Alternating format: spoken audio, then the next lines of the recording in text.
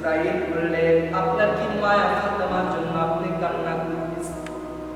নবীজি বলল, ফাতেমার জন্য কান্না আমি করি না ও জিবরাইল, হাসান হুসাইনের জন্য আমি কান্না করি না, আমি সম্পদের জন্য আমি কান্না করি না, আমি কোনো কিছুর জন্য কান্না করি নাই, কারণ আমার কান্না, আমার চিন্তা আমার গুনাহগার উম্মতের জন্য আমার চিন্তা। আল্লাহু আকবার। জিবরাইল আলাইহিস সালাতু ওয়াস সালাম বললেন, ইয়া রাসূলুল্লাহ, ইয়া হাবিবাল্লাহ, আল্লাহ রাসূল সাল্লাল্লাহু আলাইহি সাল্লাম গো ভাই, দুনিয়ার কিন্তু রহমত নবী করিম সাল্লাল্লাহু আলাইহি সাল্লাম, আল্লাহ পাক জিবরাইল আলাইহিস সালাতু ওয়াস সালাম এইবার আল্লাহর কাছে বলেন, আল্লাহ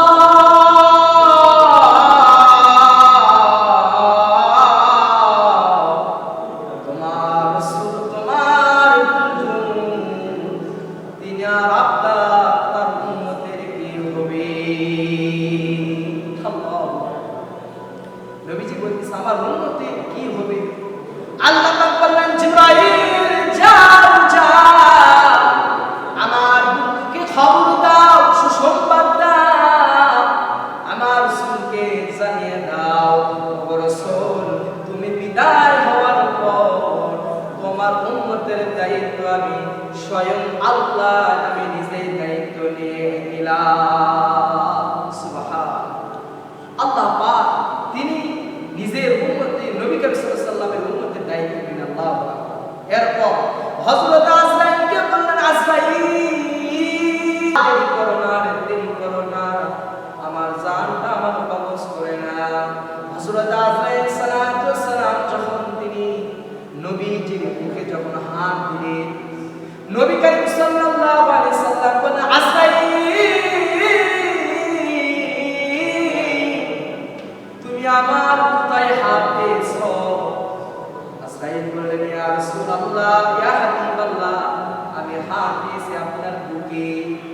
আল্লাহ রাসূল বললেন, আজরাইল, এটা তো বুকে তুমি হাত দাওনি, আমার মনে হয় আমার উহুদ পাহাড় আমার বুকের সামনে এসেছে, আমার বুকে আমার উহুদ পাহাড় আমার বুকে পড়ে গেছে।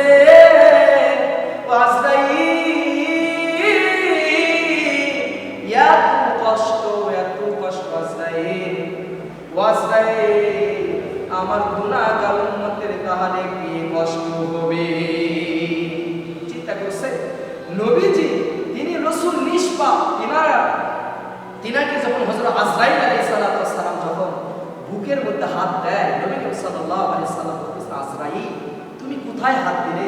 আমার তো উহুদ পাহাড় আমার বুকের মধ্যে এসেছে, আমার খুব কষ্ট হচ্ছে, তাহলে আমার গুনাহগার উম্মতের জন্য কি হবে? আমার নবীজি উম্মতের পাগল ছিল, এই কারণে আমি বলতে চাই, নবীজির যদি এত কষ্ট হয়, তাহলে আপনার আমার কি রকম কষ্ট হবে? সারাদিন গাঁজা খায়, মদ খায়, 5 ওয়াক্ত নামাজের কোনো আপনার আমার কোনো নিশানাই না, আমরা ঠিকমতো নামাজই পড়ি না, শুধু ইমামের আলেমের ভুল ধরি, তাহলে আপনার আমার মৃত্যুটা কেমন হবে? মৃত্যুর যন্ত্রণা কেউ সহ্য করতে পারবে না।